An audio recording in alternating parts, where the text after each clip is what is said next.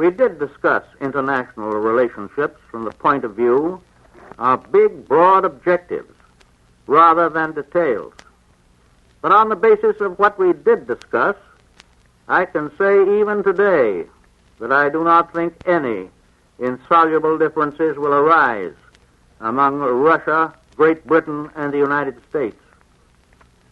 In these conferences, we were concerned with basic principles which involve the security and the welfare and the standard of living of human beings in countries large and small. To use an American and somewhat ungrammatical colloquialism, I may say that I got along fine with Marshal Stalin. He is a man who combines a tremendous, relentless determination with a stalwart good humor. I believe he is truly representative of the heart and soul of Russia, and I believe that we are going to get along very well with him and the Russian people, very well indeed.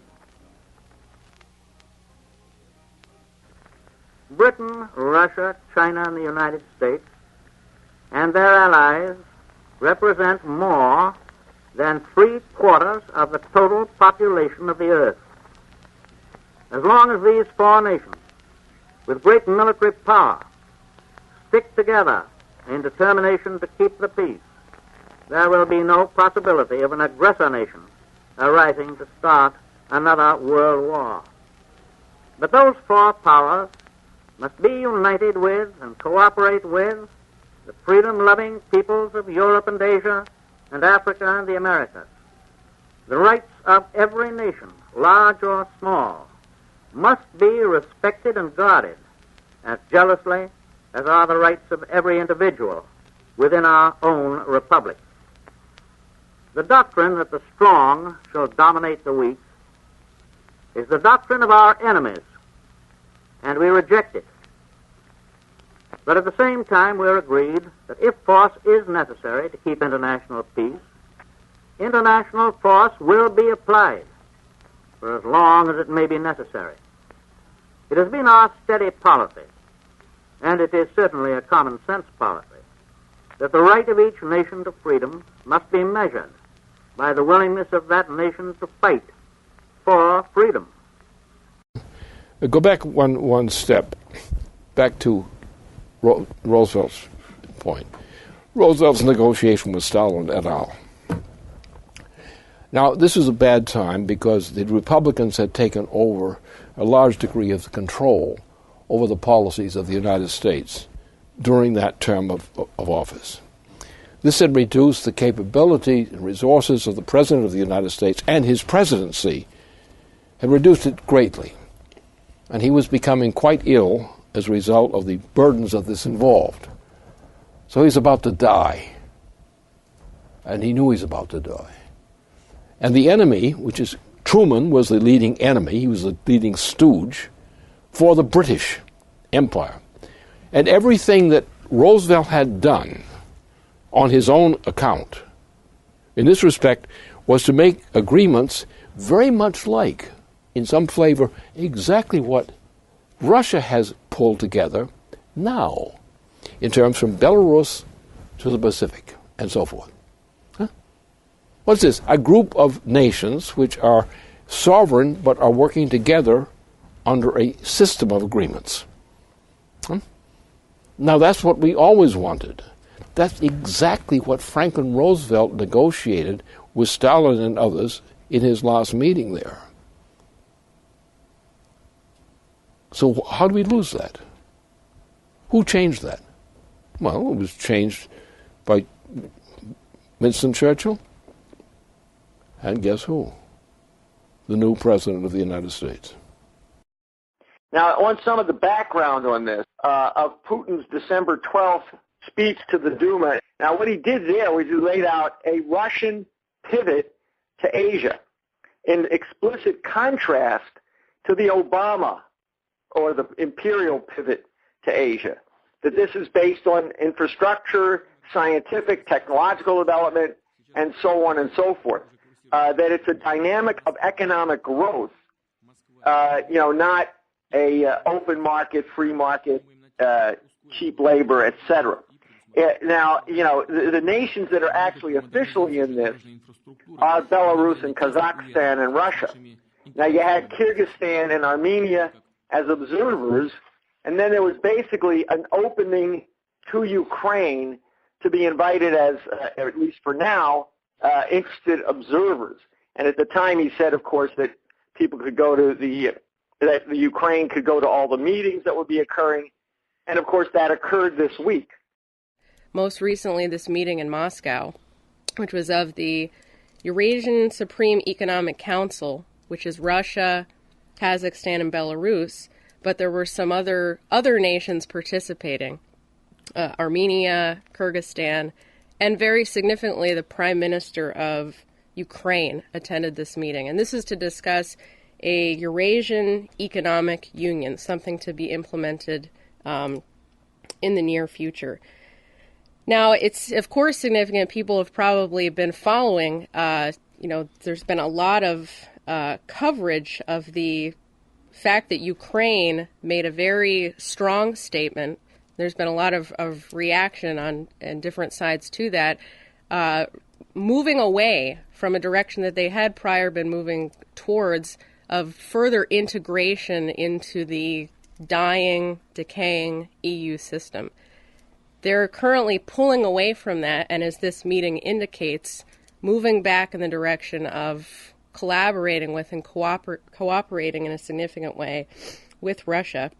Some of the content of the mission statement that they were drafting this meeting of the Eurasian Economic Union, part of what's in there is the goal is the harmonious and mutually advantageous development of all of the participating economies, with the ultimate goal being improving the well-being of the citizenry.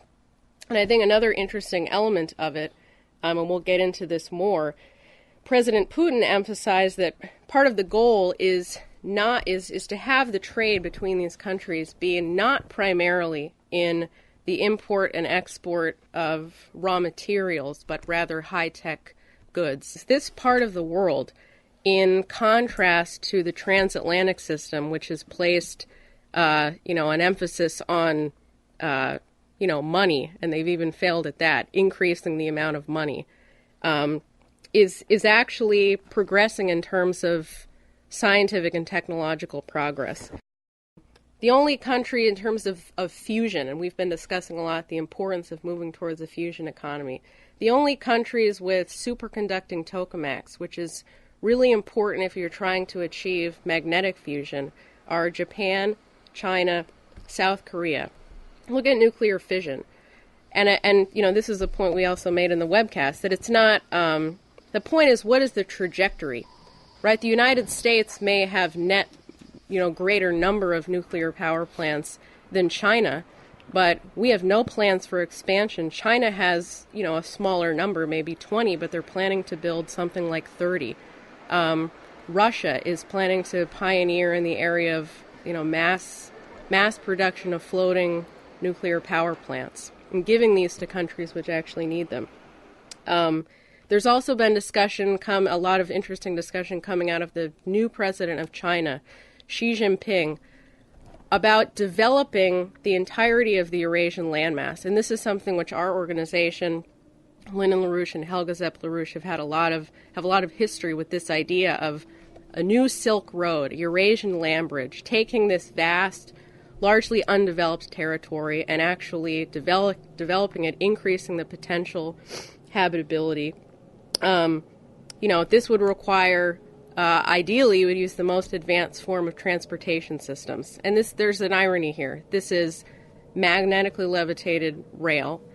The countries currently which employ this technology are, again, China, Japan, South Korea. But this is something which actually the United States and Germany had manufactured, but never implemented it. Decided, it's simply one indication of a decision to move away from actual scientific and technological progress in the name of, a system of value which values money. And the last thing I'll refer to, and we can get into this more, is space. And this is an area, I think the American people have a lot of pride associated with this. We're, of course, a nation which obviously pioneered in the area of space exploration, the Apollo program, everything that went along with that, and ideally would have been implemented. It's these countries in Asia which are now, in a sense, they're looking at the United States. They're saying, I guess we have to pick up on where these guys left off. I understand that some believe that we should attempt a return to the surface of the moon first, as previously planned. But I just have to say, pretty bluntly here, we've been there before. Ultimately, if you think about all the youth that everybody's mentioned here in Africa, if everybody's raising living standards to the point where everybody's got a car and everybody's got air conditioning and everybody's got a big house, well, the planet will boil over. It turns out that we could probably cut about a third of our total energy use just on efficiency. We wouldn't need new technologies. We wouldn't need to invent some fancy new fusion energy or anything. If we just took our existing building stock and homes and insulated them. But you had two factions, and the faction is defined very clearly. It's defined by the advocates themselves very clearly. One is the imperial system. Zeus. Right? Zeus is the person who's against the man's use of fire. And opposing him is the proponent of the use of man's use of fire. Now, what's the difference mean? This is not mythology. This is fact. Because the characteristic of mankind is that mankind is the only creature, living creature, which exists on the basis of the mastery of the use of fire. Whereas he is the opponent of the evil Zeus. And Zeus is the one who's the suppression of the use of fire. Now that continues all the way from this point in the myths of mythology back into current times, known times. And that's what the issue is. Now, the two systems, like the Roman Empire is a typical example of this, well known. All right, the Roman Empire was pure evil. There was nothing good in the Roman Empire. There's no leader of the Roman Empire who's good. You have Cicero, for example, is an exception to the empire. He's opposed to it. So that's the issue. The issue is the oligarchical system, which says that mankind will not invest in fire, in the use of fire for increasing the productive powers of labor of mankind. That's the issue. So therefore you have the whole imperial tradition, as it became known, is actually this thing of the Zeus phenomenon. The Roman Empire was evil. There was nothing good in the Roman Empire ever. And similar empires were never anything good in them. They were evil. The fact that they continued to exist was an evil. The empires that we've had in Europe, evil. Why did we form an organization inside the United States, what became the United States? It was because we knew, as Nicholas of Cusa understood and preached, that you cannot, you cannot live under empire. You cannot live under the Zeus system. So we went across the water, and in New England, in that century, in the course of that century, or at least a few decades of it, we created the most modern form of idea of society that is ever known to man. And that was the Massachusetts Bay Colony. It was crushed by what? By the Anglo-Dutch forces, which were part of the Zeus faction. So that what you've done, you degenerate human beings into something less than human. And that's what they actually do. When you deal with this kind of problem about slavery in various parts of the world, you're dealing with depravity. It's not just slavery. It's not just slavery. It's depravity. That is the self-inflicted, self-reinforced destruction of your own character and your own humanity. And the problem is to get people to liberate themselves from that. But whenever people do that, they are showing signs of depravity. It's not just they're abused, they are depraved. They acquire habits of depravity, impose depravity upon themselves, their neighbors, their associates, and their families. And the struggle has always been to get out of serfdom in Europe. Get out of serfdom. Get out of the Roman Empire. So what happened is, at some point in this process, and this is where the Zeus-Prometheus question comes in, at some process, humanity in general became dominated by an oligarchical system. And the oligarchical system meant a degeneration, an actual moral and intellectual degeneration of the human beings who were the victims, the serfs and so forth. The struggle in Europe was to get out of serfdom, simply out of serfdom, and to upgrade people who were treated as serfs. You would have people in Europe in the 17th and 18th century. You had lots of people in agriculture and so forth who were treated as serfs. Southern Italy is a case of aggravated serfdom. There's depravity in Southern Italy. The mafia is a symptom of that depravity. Huh? So therefore, the problem of humanity is to free humanity from depravity.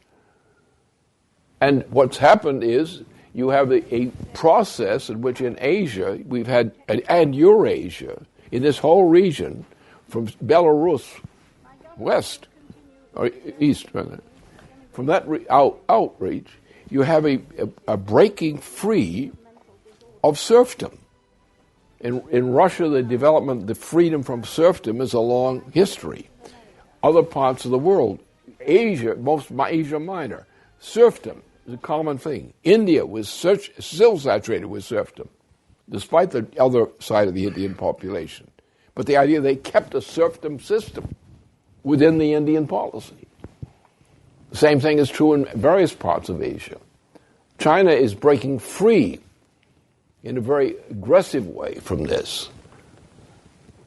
And what the Soviet Union was, the formation, was essentially the struggle was based on fighting against serfdom, but the problem was most of the people were serfs.